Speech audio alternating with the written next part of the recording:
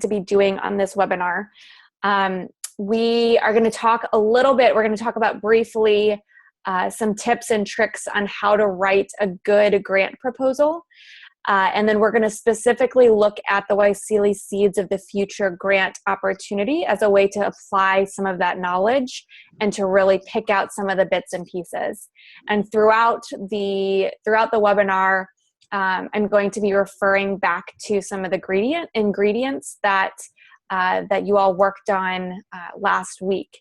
But you'll see how a lot of that work that you put into really thinking about your problem, your solution, your value proposition can be related here, and how really getting things clear and concise, really drilling that into your minds, you're going to see the same thing come up in grant writing as well. So I will get things started. All right, so first of all, just some top tips. I will say off the bat that some of these sounds kind of duh, for lack of a better word. You're like, yeah, I know that, but it's really good to remind yourself as you're writing the grant, because very often you forget these things. So even though they do sound really simple and really matter of fact, it's very important to go back and remind yourselves. So the first is respond to the evaluation criteria. And so we're going to go over at the end specifically what this YSEALI Seeds of the Future evaluation criteria is. But it's good to look at those first, because then you can really look and say, okay, if they're evaluating my proposal based on these 5 things, then those 5 things are what I really need to focus on. So it's good to look at the evaluation criteria first before you write, because otherwise you may have to go back and rewrite the proposal altogether. The second is focus on the client. So this is really meant for you to really look at who you're writing to and making sure you're writing to them. So chances are that they are putting out a request for proposals because they want something. Write about what they want. So that means that you have to sort of step back from what it is you want. So you may have in your recipe, you've created an apple pie, but some of those same ingredients can be used to make a cake. And it turns out that they really want the cake. So when you're thinking about your ingredients for your project and for what you're writing to, make sure you're really focused on writing to what the client wants. And so we'll see an example of that when we're going to look at the application guidelines and at the FAQ, and really try and look at what are they explicitly telling us within the grant guidelines, but then what is said implicitly by some of the suggestions that they're making. So some more tips is to, first of all, explain not only what you will do, but also how you're going to do it. So a lot of times people get really wrapped up in their proposal about the big grandiose ideas, and it's like, yeah, that sounds great. But how are you actually going to pull that off? So you say that you're going to save the world. Great. Tell me exactly the Superman techniques that you're going to use to actually save the world. The last top tip for everybody to keep in mind is to use short sentences and write in active voice. So try not to overcomplicate and lose the reader's interest. You really want to be very matter of fact, very clear. Tell us exactly what you're doing without any of the flowery language. And some of the reason for this is because if you put yourself in the shoes of the readers and of the evaluators, they have hundreds of these to read. And so they're reading yours very quickly. And so if they don't get it immediately off the bat, and they have to sort of interpret what you've said and have to sort of carve out all of the adjectives, then you're going to lose their interest very quickly. And so if you write things in short sentences, in active voice, clear, concise, to the point, then they're gonna say, wow, I get what they're doing, I get how they're gonna do it, and I get how this fits into what I want to fund. So keeping those top tips in mind, we're going to really think about them from the context of the Seeds for the Future grant opportunity. So if you are not going to be applying for this funding, that's fine. I think the rest of the webinar will still give you some good guidance on, well, how can I apply the same type of learning, the same specific information to a grant that I might be applying for in the future. So the first thing is, so I have printed here my YSEALI Seeds for the Future application guide. So you guys have all seen this. It's on the YSEALI website. We sent it in a couple emails, so you all should have seen it by now. And I just want to read through what they say as their tips for writing a strong proposal and for building a strong project. And then we are going to sort of interpret what is said implicitly, not explicitly, and sort of see, can we sort of read between the lines for what they really want me to write about? So the first thing is really to think through your innovative idea until you have a clear, tangible project concept.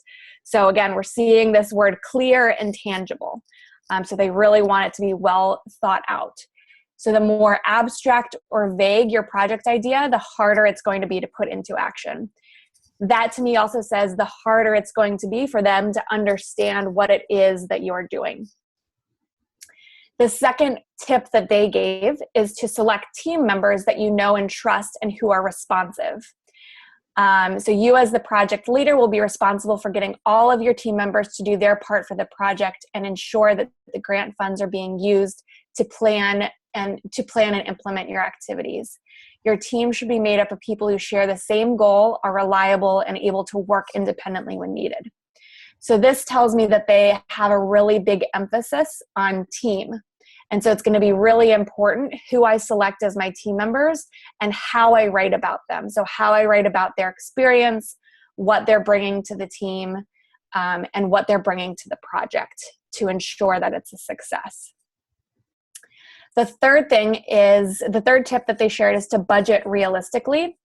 And so they sort of give you a warning here that though your desire may be to do a large, all-encompassing project, remember that it's only a maximum grant of $20,000 US. So the sort of warning here is to really think about every single aspect that's going to go into your planned activities and make sure you have enough funds to cover those activities. So at the very end, we're going to go through the budget sort of line by line. But this last sentence is, I think, one of the most important things that I've seen in the entire application guide. And that says, doing a smaller project very well is better than undertaking a large project and failing to complete all of the planned activities because you ran out of money. So that to me means if you have this big, grandiose vision of creating an online jobs portal for every young person in Southeast Asia, awesome, great, good luck with that.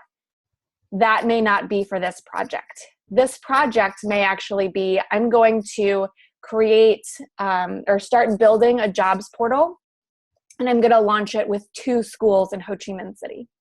And that's going to prove the concept. We're going to get the member base, and we're going to test it from there.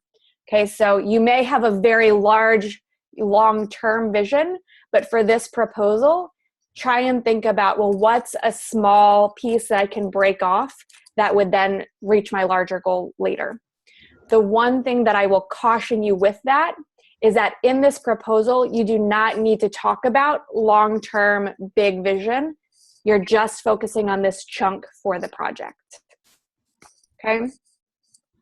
So other takeaways that I got just out of reading those 3 top tips are clear and concise, know that I have a responsible team, and have realistic budgets. So they would rather get a proposal for something small that they 100% know that you can complete and complete well than a big, great, grandiose idea that could solve world poverty. Okay? All right, so the other thing that this does, this application guide, is it gives me an outline for what parts I'm going to fill in. So I'm not just going to read those tips read the call for proposals and start writing. I'm going to look at these, I think 13 things, 13 line items that they give me, and I'm going to compare it against what they've put in the online submission. And the reason I did that is because, and again, we'll go through this one by one, but what is in this application guide, you'll notice is in a different order than what's in the online submission. The online submission is what actually goes to them. So to make things as simple as possible for you, I would suggest, and I've sent this to you in the Word document. I put together what I would have done if I'm starting to write this grant. So I went to the online submission and I went, all right, page 1, here's what they want. Page 2, here's what they want. Page 3, here's what they want. Then what I did, and again, I'll show this later on, is I matched up what is in the online submission to what is in this application guide. So if question number 1 on the online submission is actually question number 4 in the application guide, I'm going to match that up because the application guide gives more instruction to what the online submission form is. They make it really complicated for you. 99% of grant writing, I might be being a little bit generous, but a big majority of grant writing is following the instructions. Even when we were doing simple like application process for the YSEALI Vietnam event, we got 1,400 applications. The first sort through that we were able to do was simply because people didn't follow instructions. So we didn't even look at their application, we immediately wiped them off the list. Same thing here. If you don't follow the instructions, if you don't put the budget in their template, immediately they won't even look at your proposal because they just don't have time because they're getting so many applications and so many proposals.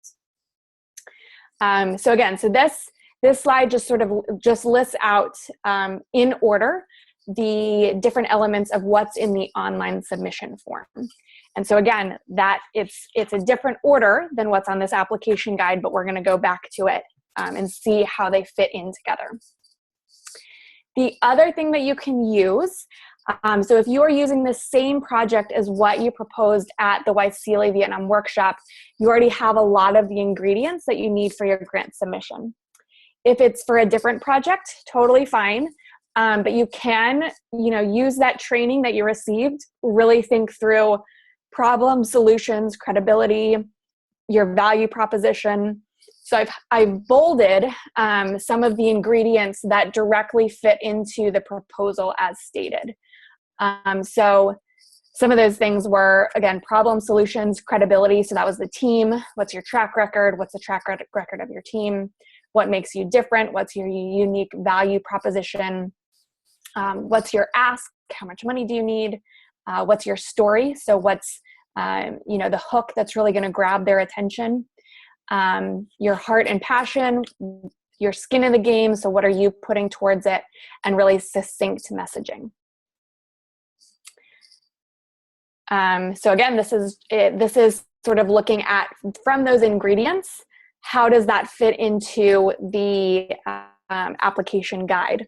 So project description, number 4 in this application guide, that's where you're going to put your problem, your solution, your unique value proposition, your credibility. You may reference your team, and really what's your skin in the game. The budget is, so we're going to flip the page, is number 11. Your title could come from your one-liner and from your story. And then overall, we're going to weave into that your succinct messaging, your story, and your heart and passion.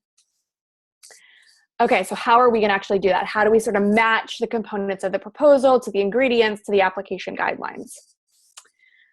So the first thing, so I've got 2 columns here. So the first is what's on the submission form, and then what's in the application guidelines. And again, you can use the Word document outline that I sent to you to really fill in. This is in line with the online submission form, so you can just cut and paste directly into that form. So the project name, and I think it's interesting that this is number 1, because often I write the title last. And the reason why I do it last is because this is after everything is all thought out, after everything is all on paper, what's the one thing that in 4 words really captures the heart of what my proposal is. So they do say that they want it to be catchy. Remember that it's the first thing that the review panel will see, and that it really captures the essence of the project. So a couple more things on titles. So it's going to compel your reviewers to read your application. So it could be something that summarizes your proposal. It could also be something that just makes them be like, oh, interesting. Okay, I want to read more. So how is butter like online job portals? I don't know, but I do want to know the answer to that question, and it makes me want to read more. So it lets me know that the proposal is about job portals, but it's a catchy title. I would think of it as you're scrolling down your Facebook newsfeed, what makes you really want to click on, the one of the 200 articles that you see on your Facebook newsfeed. So think about it in the way of, all right, I'm trying to get my proposal reviewer to click on my proposal to read more. Let's see, others. You can start a list. So just start free writing, start writing, a whole page of potential titles and start crossing things out, start combining. You may, again, want to start with a title, but also always end with revising your title based on your final proposal and what's been really thought out and put on paper. All right, so the next one I'm going to is describing your innovative project.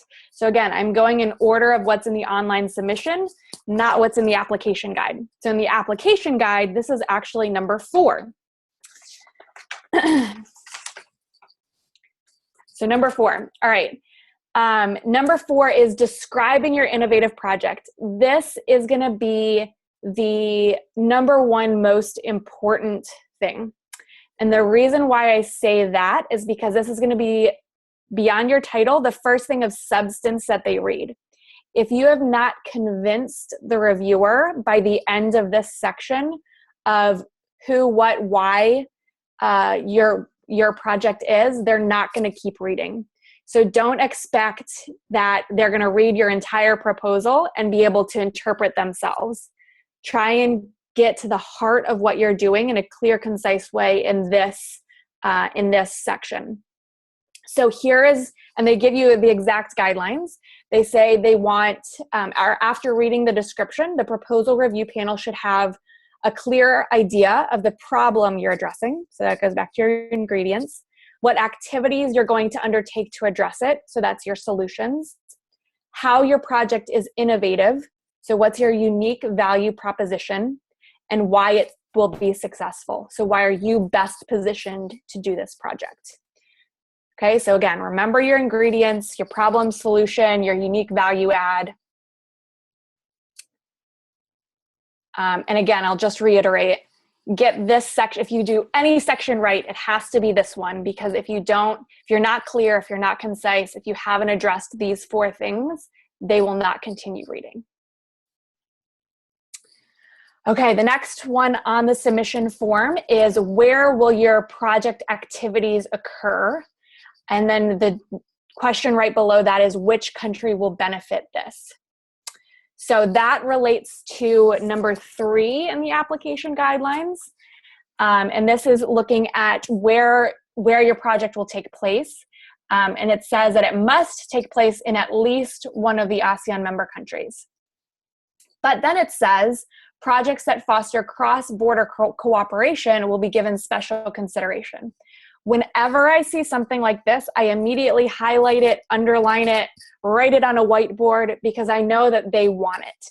So there are some things that they're putting in here that are explicit, meaning that they tell you exactly what they want, and those that are implicit, meaning that they give you a hint on what's going to make your proposal rise to the top.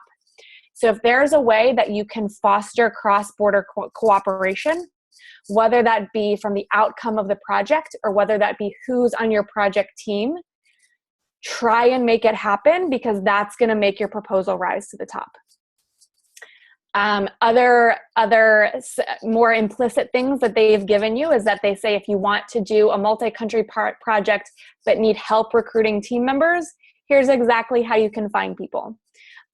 So if you don't have any idea of anybody you can add to your team, I'd first of all encourage you to look in your group of fellow participants from the Vietnam Regional Exchange. But if not, they have a network of about 23,000 now on Facebook and Twitter. So you can check out on the YSEALI Facebook page, go to everybody who's liked the page and scroll down from there. All right. So again, just pulling out that projects that foster cross-border cooperation will be given special consideration. Don't forget about that. The next category in the submission form is the YSEALI Project category. So this is going back to number 2 in the application guide. And that is that the project has to address one of the 4 themes that Asian youth identified as their generation's greatest challenges. And so you'll notice that these are the exact same categories as YSEALI's focuses. So civic engagement, economic development, education, and environmental protection. It is helpful to the reviewer if you use the same language. So what I mean by that is if your project is on enterprise development, but you'll see here that enterprise development, they've actually used the word entrepreneurship. So that tells me that instead of saying if my project focuses on enterprise development, I should use their language saying that my project focuses on entrepreneurship. Okay, so as much as possible, try and use their vocabulary. The next thing on the list is the project start date and end date. So it has to start on or after September 1st and finish no later than June 30th. So I've been getting a lot of your draft proposals and I've been editing them. And I've seen that a lot of them will start in July and end December of 2016. Can't do that. Even if it is going to last longer or start before, for this proposal, it has to be within those time periods. Also keep in mind that you wouldn't want to have, so let's say you're doing a speaking event talking about the importance of communication in the workplace. You wouldn't want to do it on June 29th because you want to save time to be able to complete an evaluation, survey everybody that attended, get their feedback, and write it into a nice report that's going to be submitted to them on June 30th. So just make sure that you build in enough time to be able to do that evaluation and to do that reporting, because all activities have to end on June 30th, and that's when you hand in your final report. Seems easy, but again, little things. All right, the next one is your project's goals. So this is going to number 5 in the application guideline. And this is another one that to me screams that it was really important because they had a lot to say about it in 4 different bullet points. Okay, so we're gonna go through bullet point by bullet point. The first bullet was to describe both the large and small goals of your project. What is your guiding objective at the broadest level? And then what are the smaller goals that will help you make it possible to achieve that big objective? They also encourage you to use the SMART framework, so specific, measurable, attainable, relevant, and time-bound. So specific is having a specific goal. I think that's pretty explicit. Measurable, meaning that you can measure it. So thinking about how you can measure the results of that goal. So if your goal is to have people attend an event and learn a skill, you might be measuring 1, their attendance, but 2, you might do a survey before and after to measure, has their skill increased at all? Attainable.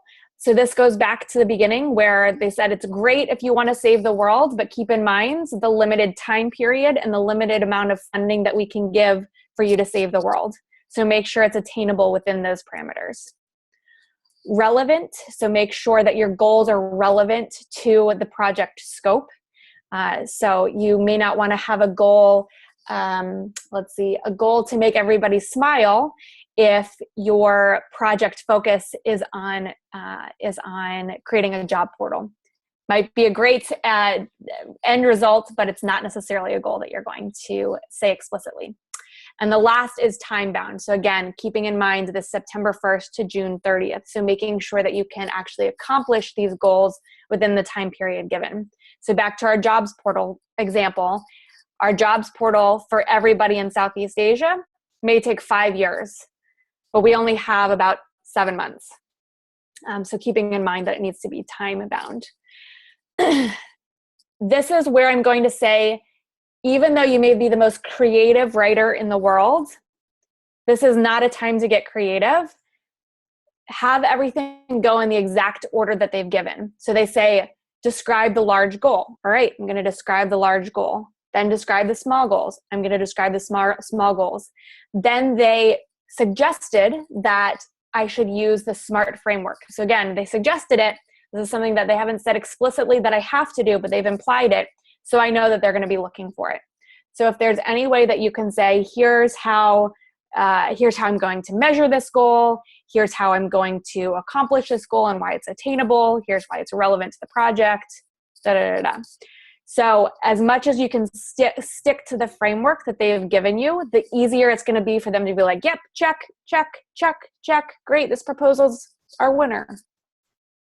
So again, put yourself in the mind of the reviewer and say, how am I making this easy for them to understand what I'm doing and how I'm answering the questions that they have asked. Yep, okay. Cover that. So then on to the second bullet. Okay, so we're still under the who will benefit section. And so this goes to number 5, second bullet, who will benefit. And this is really defining what groups or communities will benefit from your project activities. Like your project goals, your results should include both broad level results and micro level results. Okay, so it's telling me they want both. They want the broad and they want the small detail. I got a lot of proposals that say, I want to help all rural people in Indonesia. Way too broad. If you're going to say that, then you need to say, but specifically for this project, I'm going to focus on these 2 specific communities, and I'm going to focus on students ages 18 to 22 in those communities that attend these high schools. Okay? By you providing that level of detail, it's showing the reviewer that you've really thought this through and that you have those connections to be able to actually meet those goals. So get specific. What results do you anticipate? So this is the third bullet under number 5. And they highlight and bold measurable. They said define the measurable results of the project activities. Like your project goals, your results should include both broad level and micro level results. So measurable their results. They really want you to be able to prove that your project had an impact. So that means that you need to be thinking through, again, if you're doing, I don't know why an event keeps coming to mind, but if you're doing an event, make sure that you build in time to do surveys, to do assessments, to really assess, did anybody get anything out of this event or out of this training that I did? How can I really measure the progress before and after so that I can prove to them that this project has had success and this project has had impact? The next is, how are you going to actually measure the success? So that's where you're going to put in that detail of all that thinking through that you've done about surveys or Google Analytics. They want you to actually put in that detail. So again, they don't give you specifics because they say that the type of measurement is going to depend on the nature of your project. But there are tons of frameworks out there for all the different project drafts, at least that I've seen. So I'd encourage you to just Google what's a framework to measure event success, and I bet you'll come up with at least 100 answers that you can try and pull in frameworks from already existing work. So at the end of this, they want you to be able to answer the question, how will you prove that you met your stated goals? And the reason why they need this is because they have to then prove to their boss that you have met the goals of their project, right? So it's always, okay, they're doing this to meet somebody else's goals, somebody's doing this to meet somebody else's goals, and so how can you make their job as easy as possible? So really I guess, take a moment and really think about this section. Don't just say, I'm going to do a survey. Really give some detail and think critically and creatively about your project and what is the real success and how are you going to measure the success. I would say this is probably the second most important section of your entire proposal. So that first is describing your innovative project. The second is how are you actually going to measure the success of your project. All right, moving on down, how will your project be publicized? So how are you going to let people know about your project? How are you going to get them to support it, to get involved? Because they recognize that that's also very important to the success.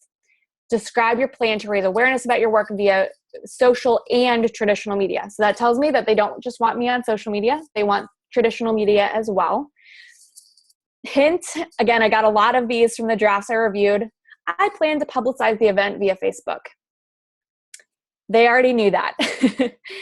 You need to say specifically, I am going to, so I'm going back to this event, so we're doing an event on entrepreneurship.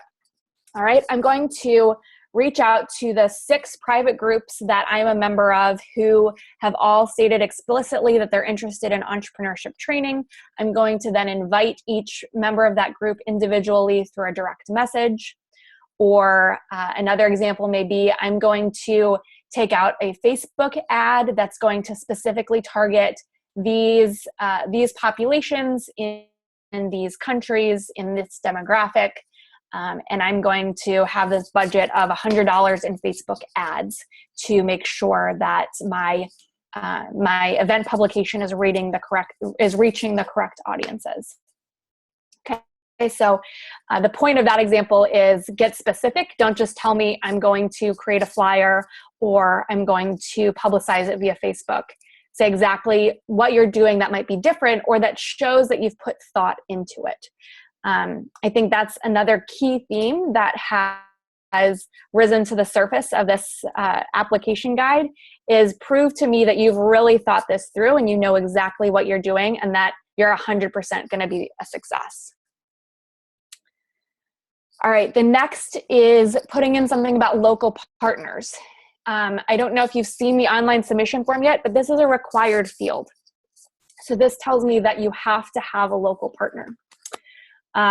So in the application guidelines, they said, when conceiving your project, think about what local partners may be interested in your activities and possibly willing to support your efforts. You're encouraged to engage with partners like including government, NGOs, private business organizations,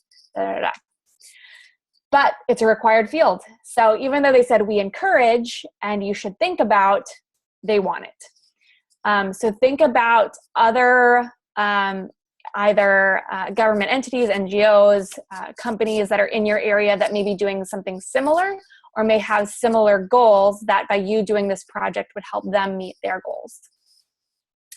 And again, they want to know the organization, they want to know that organization's role, and they want to know what country it's from. So that's the only information you need to share right now about your local partners.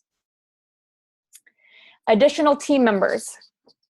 All right, so here's where they've asked you to put the full name, the email, the phone, the country, and any additional information about your team members. So again, in the application guidelines, it's not explicit that you need to have team members. However, it's implicit that they want you to have a good team supporting you and helping you to make sure you meet your goals. They also want, so we go back to number 3, flip to my application guide. They want projects that foster cross-border cooperation and involve activities in more than one ASEAN country. So try and think about that when you're coming up with your different team members. The next section is actually not in your application guide at all, and it's to provide references. And again, this is a required field. So they've asked you to provide the name and contact information for at least 2 references who can speak to your ability to successfully implement the planned project. So think about who would be a good reference, who knows your work well, Who knows about your project and can say with confidence that, yes, you are best equipped to take forward this project? Never, ever, ever put somebody down as a reference if you have not spoken to them and asked their permission for them to be a reference. I've gotten a few phone calls from HR departments saying, hey, so-and-so worked for Making Sense last year.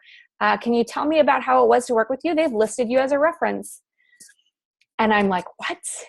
I had no idea they listed me as a reference. So I had no idea what they needed me to say, what type of job she was applying for, because that helps me actually direct my comments to specifically the job role that she's trying to get. So if you have not already reached out to your references, do so today so that you have some lead time for them to be able to say yes or no before you hit submit on your proposal. All right, next section is what steps will your team take to implement this project? So again, I'm reading between the lines. This section is where they want to know, all right, can they get the job done? Have they really thought through how much work it's going to be to actually complete this project? So this is where you get into the nitty-gritty. So they want a detailed list of steps you will take to implement your project. You should include estimated dates to demonstrate how activities will progress during the project time period you have outlined. So I put in this slide an example of a Gantt chart. If you have not used a Gantt chart before, it helps you just outline and visualize project period and tasks that need to get done within different project periods. So because it's an online submission form, that you won't be able to actually upload your Gantt chart, but you could either provide an upload link to it in the submission field, or you can just use it for your own planning purposes and then write it out in the submission field, but refer to the fact that you have a Gantt chart that you're using to measure the project timeline. There are also different online tools that you can use. So one I will share with you, if you've not heard of it, it's called Asana, ASANA.com. It's a free tool for up to 15 members. So it allows you to assign projects, to assign tasks, to assign due dates, to upload documents. So again, referring to the fact that you have access to these resources and that you've thought about using these resources or that you're already set up using these resources is just going to send a trigger to them saying, aha, they've thought this through, they're really committed, they have skin in the game, they know what they're doing. The next box is how will your team work together to manage the project? So this is referring back to application guide number 10, part 1. So project funds management. Think through how you will structure your project team to ensure that activities will be successfully implemented. Describe how your team will function, including who will make decisions and be responsible for various pieces of project implementation. So they want to know roles. They want to know why this person is going to be successful in this role. So if they're planning this entrepreneurship event, how many other events have they planned in the past? Why do they have the credentials to be a member of your team? Oh, my slides are out of order. Here's the Asana thing. But it goes into roles and responsibilities for each team member. So they will want to know who's your ultimate decision maker. So who's the ultimate leader who, when times get tough and somebody just needs to make a decision, who's going to be making that decision? Who's going to be responsible for the project management? So making sure everybody hits their deadlines, really doing that quality control. Who's going to be doing the accounting and financial management, and we'll go into this in the next section, and who's going to be doing expenditures management. So that leads me to part 2 of number 10. So thinking about how to manage the grant funds. Again, this is really important to them because they have to tell their boss how you managed your funds. And it tells us later on in the application guidelines that it's everything $200 or more, you have to be able to have a line item for. And so you have to be able to practice firm and sound accounting practices on how you're going to expend the grant funds. So they'll want to know that there's somebody checking the funds that you're spending. So it's not just like, all right, yeah, team meeting on me. Everybody go out to lunch, buy some pizzas, buy some Cokes. They will want that you have a process in place that somebody else is signing. Yes, this was a pre-authorized expenditure related to the project, and I vouch for Sophia making this purchase. So make sure that there is more than one team member. So they say this at the end, require more than one team member to authorize and then review expenditures, and then keep record of them.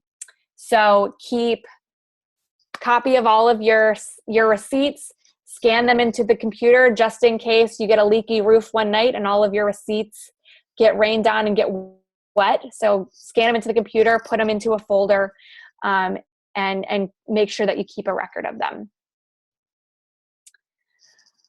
Okay, so that goes through all of the submission criteria. And then the last thing is you're going to actually upload the budget template with your budget filled out. So going through some of the budgetary tips that they've given you. So again, in your application guide number 11, so the maximum amount is $20,000 US.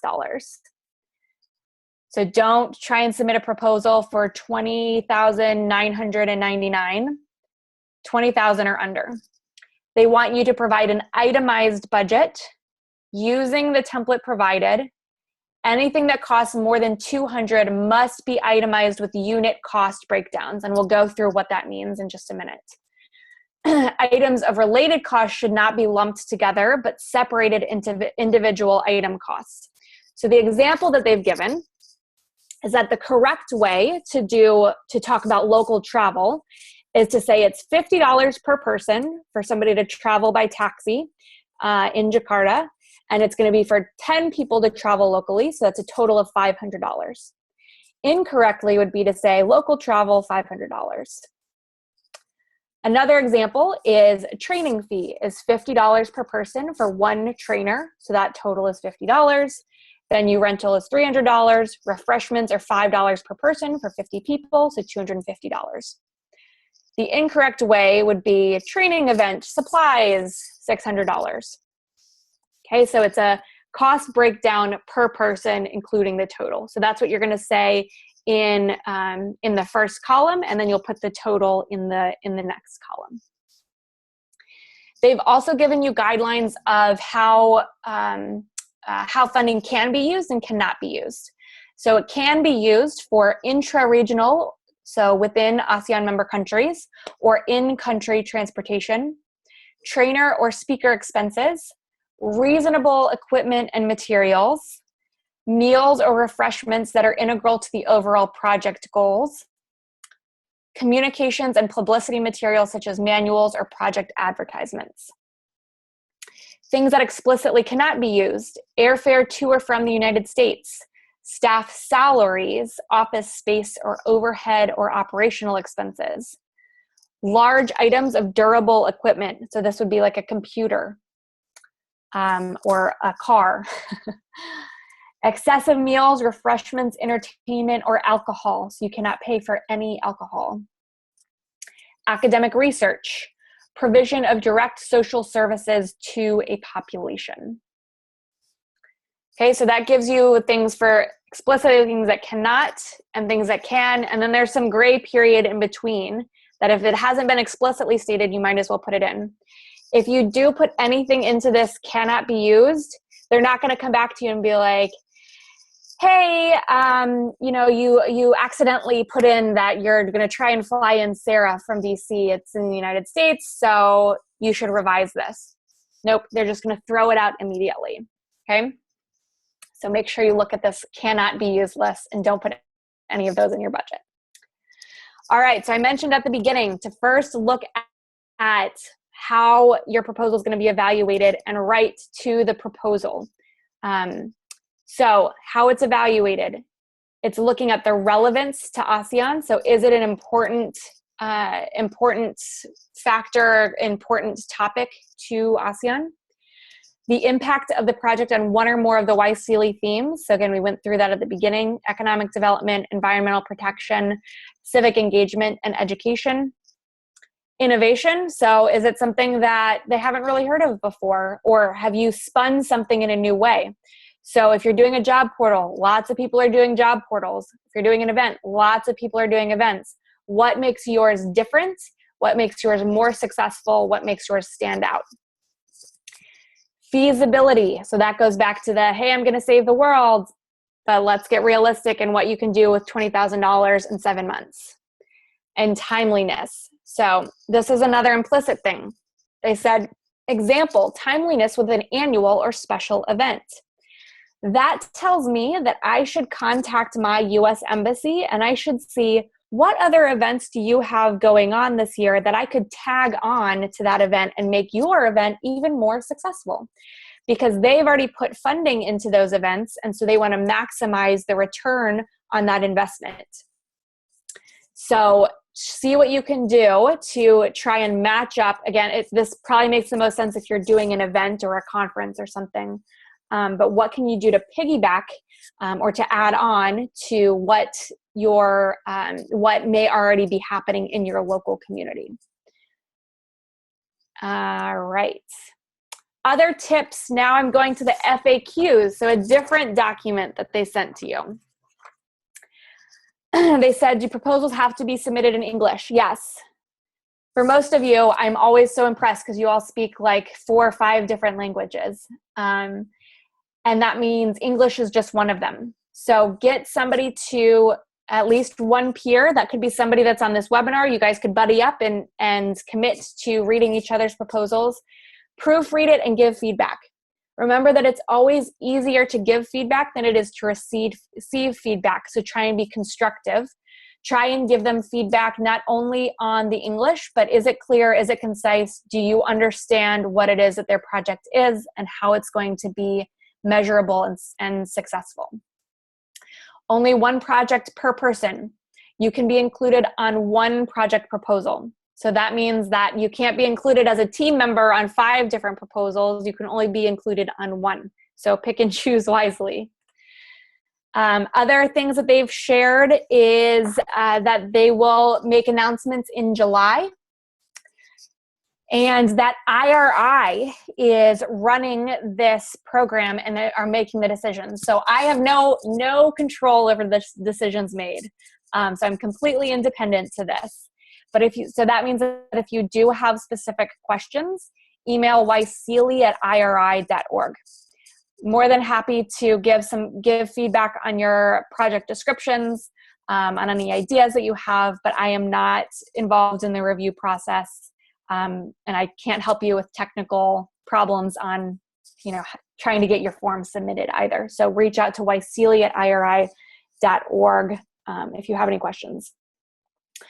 So in a minute, I'm going to open it up to questions, but just quickly, I want to run through, again, I reviewed probably about 10 different draft proposals, and I looked across all of them, and I tried to summarize some of the feedback that I was giving. So for you to keep in mind as you write your draft. So the first was describing your innovative project. First thing that the reader is going to analyze. Make sure you put something here that's compelling and that's descriptive. Again, if they're not convinced in this section, they will not continue reading. So don't assume that you can put the best information later on. So this is really your make it or break it time to really convince the reader.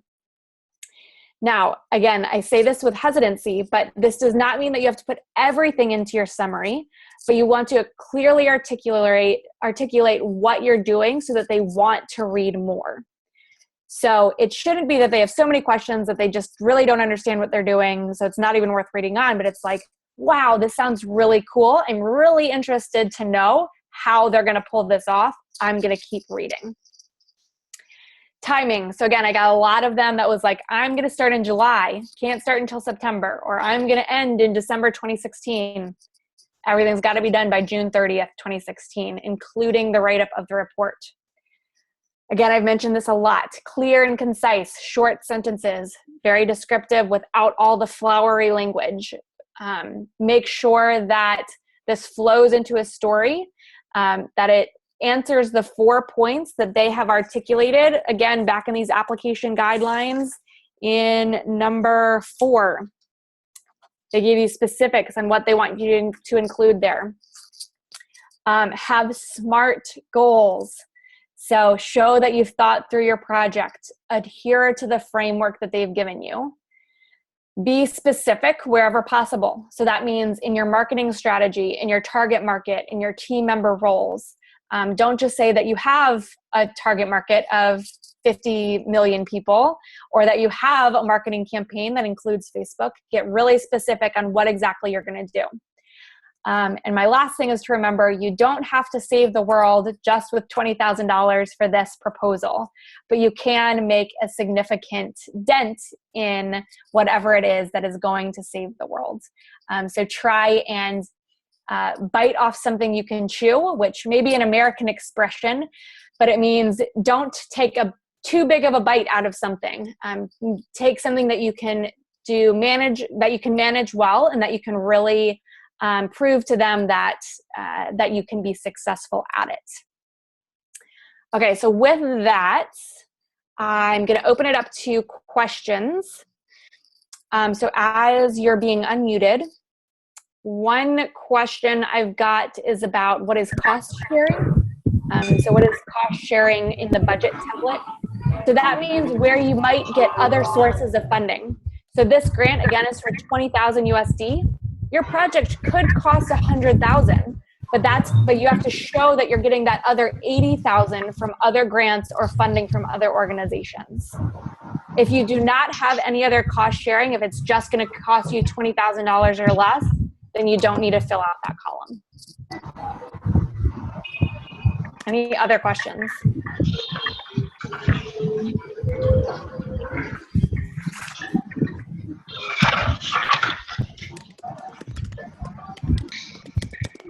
If your microphone's not working, type it into the chat box, and then Chelsea will read it out loud for us.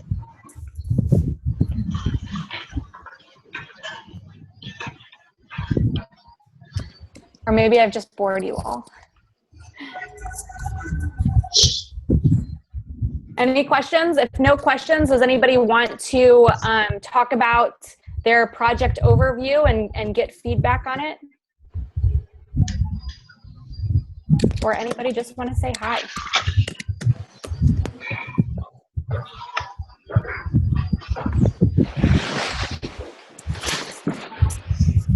Okay, I'm going to refer you to this form. Let's see if you can see it. So this, let me see if I can make it any bigger. Okay, so this form was attached to the email that you got today. Again, this is just a planning guide that you can use. This is taken straight from the online submission.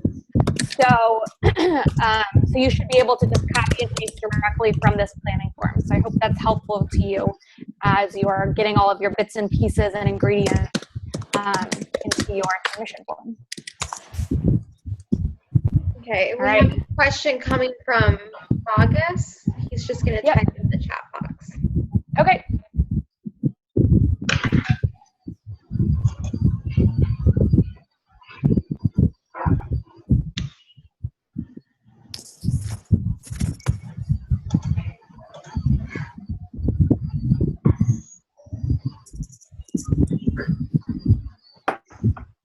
Was that helpful to you all? Did I say something new that you might not have known before?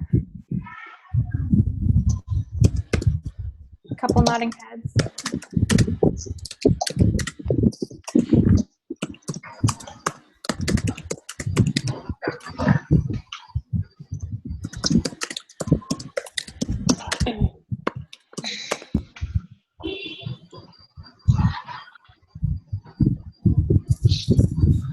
All right.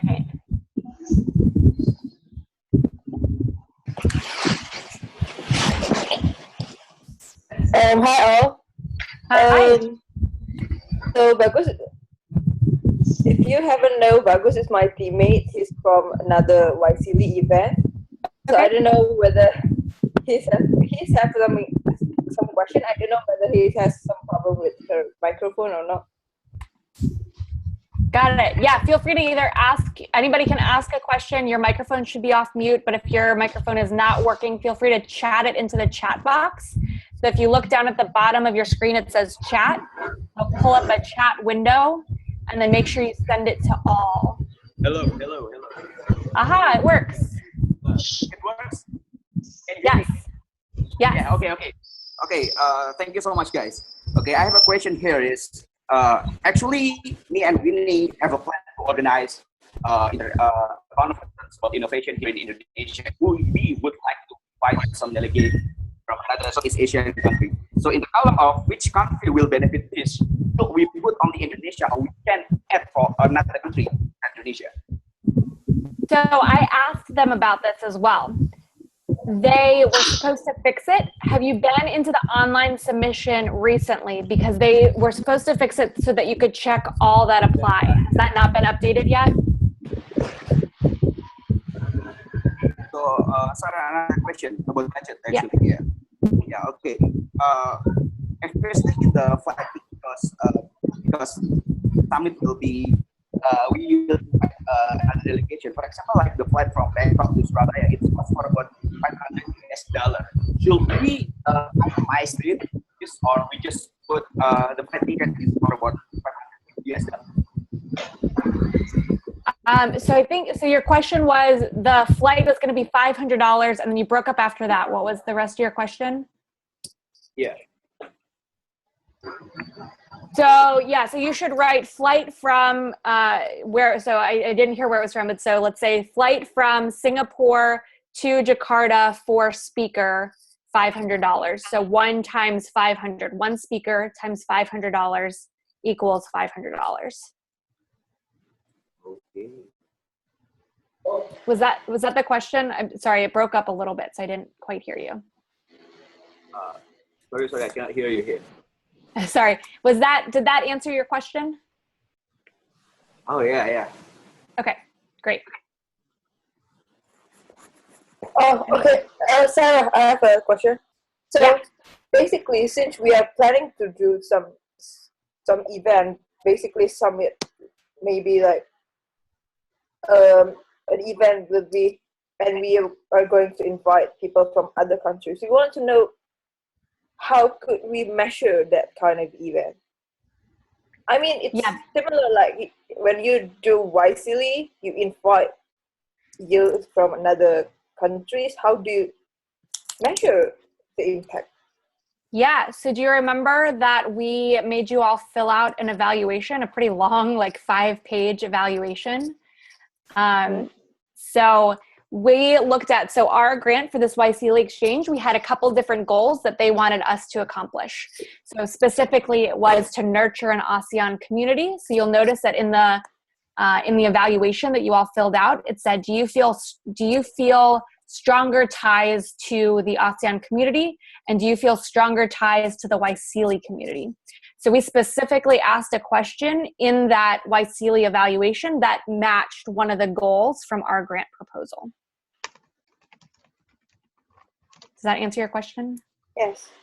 Some of it is kind of explicit, right? So if your goal is to convene people, your proof is in a photo. If your goal is to convene people, to bring people together, to learn something or to do something, how are you going to prove that they actually learned something or did something? A good way to do that, especially for an event, is in either a survey or in interviews.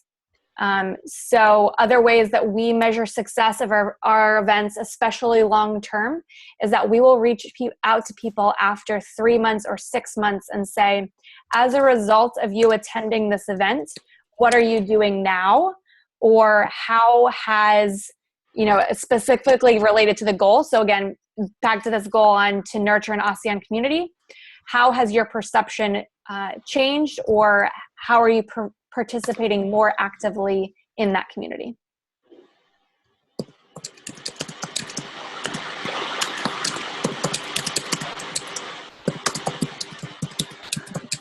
All right. Any other questions?